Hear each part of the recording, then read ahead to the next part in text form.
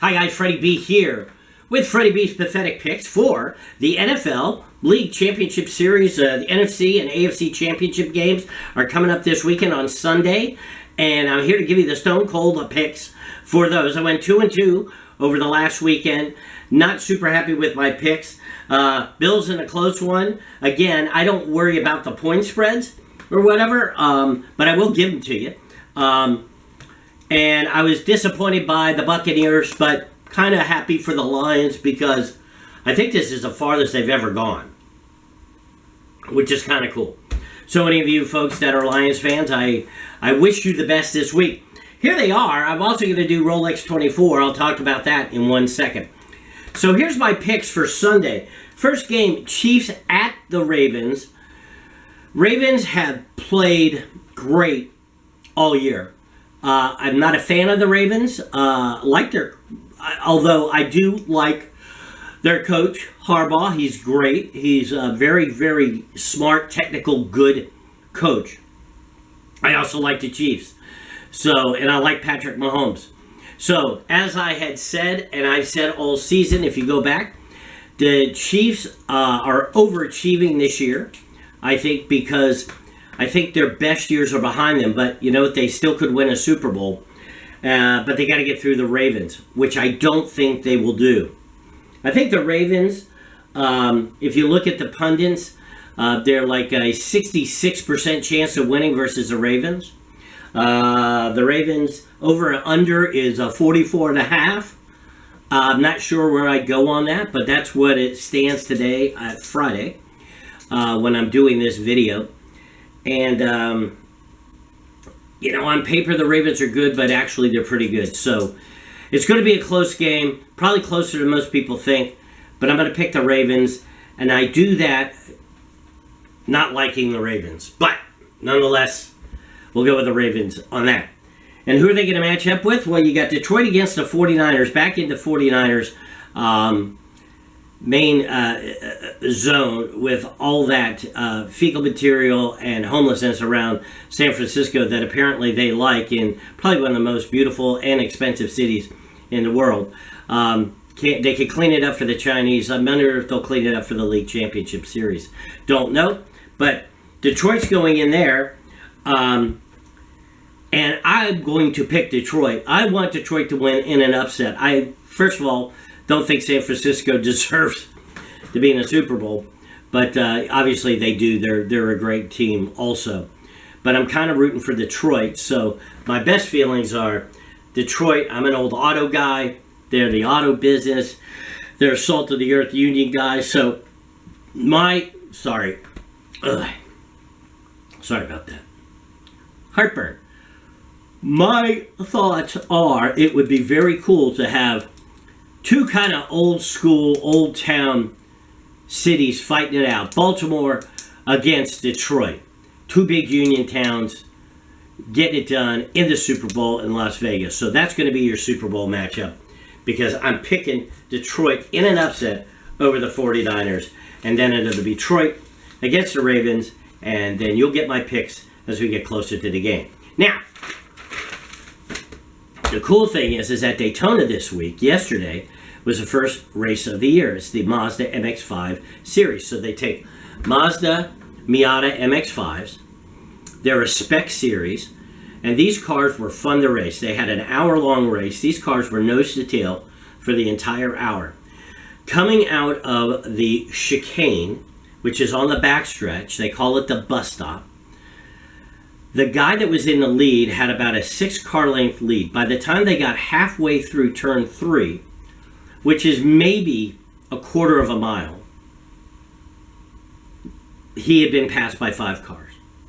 The person that passed him and took the lead, by the time they got out of turn 4, he was getting passed by 4 cars, and he ended up 5th or so. That was an incredible race. You could have thrown a blanket over the top 8 cars, and that's the MX-5 Mazda Cup. It's done by IMSA, and Whelen is their sponsor. But this weekend, starting Saturday, is the Rolex 24, the 24 hours of Daytona at 2 o'clock. There are 4 classes. The classes are GTP, which is Grand Touring Prototype.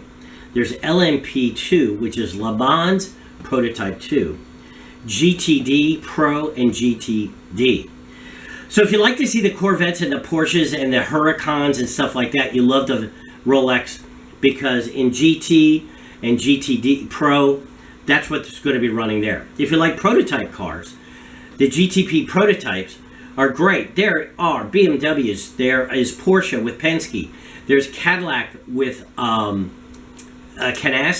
and also Wayne Taylor Racing. And I think in the big class, which is the GTP prototype class, you really got Ganassi, Wayne Taylor, and Penske going for it in these cars. BMW is new. I don't know that they'll last, but it would be interesting to see how well they do. These are cars which I believe, with some modifications, can go over and run Le Mans. Now, the LMP2 class can run Le Mans and will run Le Mans in their class over there.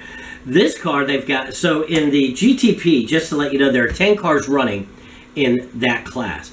The majority of those cars have 4 drivers running, so over 24 hours. Everybody's going to get a chance to drive. I think the minimum is 4 hours. I think the max is 8, something like that. I cannot remember the rules. LMP2, again, they have 13 entries, 12 of which are Oreca race cars. There's one Ligier in there. So this is basically a spec series, almost. And it's going to be a really, really interesting series. You have people in that series. And here's what's really cool. You've got IndyCar drivers, Formula One drivers, and GTP drivers racing in this series. So this is kind of an all-star race, I think, as I go along. Pato Award IndyCar drivers driving an LMP2, for instance. But Colton Herta is an IndyCar driver. He's driving for Wayne Taylor Racing in a GTP car. Okay, so you're not getting in the car based on your on if you're better or worse or whatever. It's just these people got hired to race these particular cars. I can remember years ago Kyle Petty racing in this race in a Porsche, and he did pretty well. So, you know, this is a fun race to watch. What's interesting about this race versus the Le Mans 24 hours is we are in February, and we just came past the equinox. So we just got past the shortest or the longest day of the year, I guess, right? Or the shortest day of the year, sorry. Shortest day of the year, excuse me.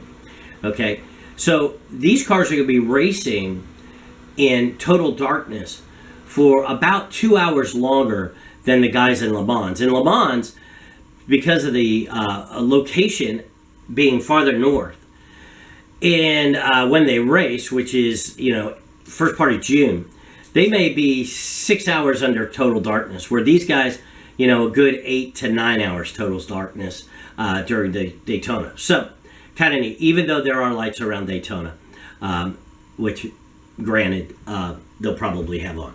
Then, anyway, we got the GTD Pro, which are pro drivers.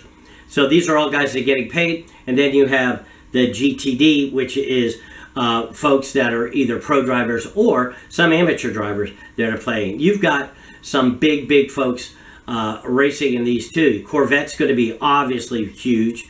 They're probably the fastest in the GTD, in the GTD Pro, just so you know. They'll probably go to Le Mans too and race in their class. Don't know who's going to win, but always a really good race to watch. And it really kind of kicks off Speed Weeks at Daytona. So NASCAR's kicking off. Formula One, they're about ready to pull out their cars for testing in Bahrain, and also their liveries and their new team names, like the new Visa Cash App Red Bull racing team, which used to be Toro Rosso. So lots of things are happening in the motor racing world. Anyway, thanks so much for watching. It's FreDDie Bz Pathetic Picks. If I'm going to make a pathetic pick on the Rolex, I would say take the Cadillacs. They've won a couple years in a row, and they make a good car. So I'll talk to you next week, or when we got the next one for the next race, and stay tuned for more and other types of content. So thank you. Ta-ta for now.